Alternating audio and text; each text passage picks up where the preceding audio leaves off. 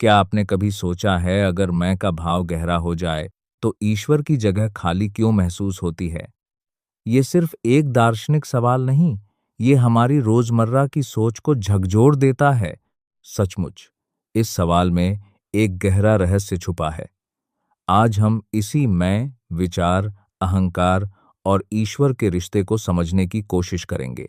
तो चलिए, इस एपिसोड में जानेंगे मैं और विचार का संबंध, अहंकार कैसे ईश्वर से दूर करता है, विचारों का त्याग कैसे नए सत्य की ओर ले जाता है, और नैतिकता यानी नीवत का असली आधार क्या है।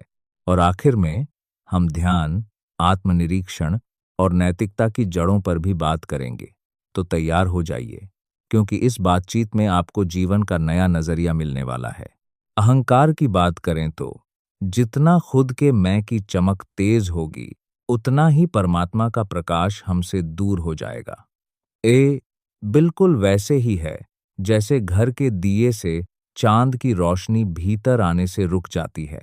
और इसी वजह से जब हम विचारों को छोड़ने की बात करते हैं, दरअसल हम अपने अंदर जल रही मैं की मोमबत्ती को बुझाने की बात कर रहे हैं। ये कोई तर्क या दार्शनिक बहस नहीं, बल्कि प्रयोगात्मक अनुभव है। करें और देखें। तो अगर आप अपने भीतर का दिया बुझा दें, यानी मैं का भाव शांत करें, तो चांद की शांति यानी ईश्वर का वास्तविक प्रकाश आपके जीवन में प्रवेश कर सकता है। मुझे लगता है विचारों को छोड़ना आसान नहीं है, क्योंकि विचार ही उस दिए का तेल हैं जो अहंकार को जलाए रखते हैं। बिल्कुल, विचारों को अलग करना शुरू करें तो धीरे धीरे अहंकार का दिया बुझता जाएगा। जब सारा विचार अलग हो जाए तो पाएंगे कि मैं का भाव ही मिट गया।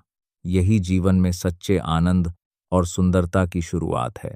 तो विचारों को छोड़कर हम जड़ नहीं हो जाते, बल्कि पूरी चेतना के साथ जागरूक होते हैं। यह भ्रमों को तोड़ने जैसा है। छाया को हटाना कठिन नहीं है, बस अनुभव करना है। इसी से जुड़ा एक सवाल आता है, आखिर नीवत यानी नैतिकता पर इतना जोर क्यों नहीं दिया जाता? देखिए, अगर ध्यान और विवेक जागृत हो जाए तो अनैतिकता असंभव हो जाती है। जबरदस्ती नैतिकता को थोपना दरअसल एक प्रकार की कैद है, जिसमें आत्मा तड़पती रहती है। यही कारण है, जब नैतिकता श्रम के बेस पर होती है तो थकान के बाद अनैतिकता स्वतः आ जाती है। जो भीतर से नैतिकता जागती है वही टिक सकती है, वरना समाज के नियम सिर्फ बाहरी घेरा हैं और मन की गहराई में आजादी की चाह हमेशा बनी रहती है। मुझे एक उदाहरण याद आता है। अंधे को बार बार कहा जाए कि दरवाजा बाईं तरफ है, लेकिन उसे दिखता नहीं। वैसे ही जब तक भीतर की आंख यानी विवेक नहीं जागता, नैतिकता असंभव है। और जब विवेक जागृत हो जाता है तो नैतिकता खुद उभरती है, मजबूरी या श्रम से नहीं।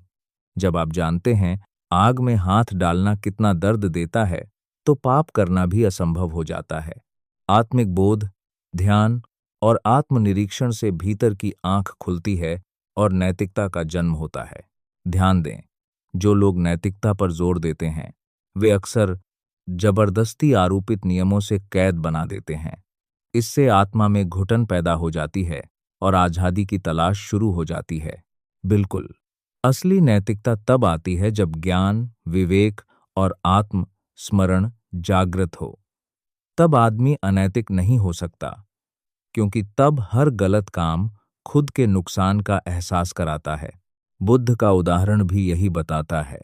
अपमान या गालियां भी आप तभी स्वीकारते हैं जब आप खुद उन्हें लेने का निर्णय करें। आत्म स्मरण से ही सच्ची नैतिकता आती है। आज की बातचीत से 3 बातें उभर कर आईं। पहला, विचार और अहंकार के त्याग से परमात्मा के प्रकाश को महसूस किया जा सकता है। दूसरा, नैतिकता श्रम से नहीं, बल्कि भीतर के विवेक से पैदा होती है। तीसरा, आत्म स्मरण और ध्यान के अभ्यास से जीवन में सच्चा आनंद और सुंदरता प्रकट होती है। तो अगला कदम यह है, अपने अंदर विचारों की लहरें शांत करने की कोशिश करें, आत्मनिरीक्षण करें और अनुभव करें कि मैं के भाव के पीछे क्या छुपा है। आपका साथ देने के लिए धन्यवाद। अगले एपिसोड में हम ध्यान के और गहरे आयामों पर चर्चा करेंगे। तब तक अपने भीतर की आंख खोलें और जीवन के नए रंग देखें। इसी उम्मीद के साथ आज का एपिसोड यहीं समाप्त करते हैं। ध्यान और आत्मबोध को अपनाएं, यह आपके जीवन में असली बदलाव ला सकता है।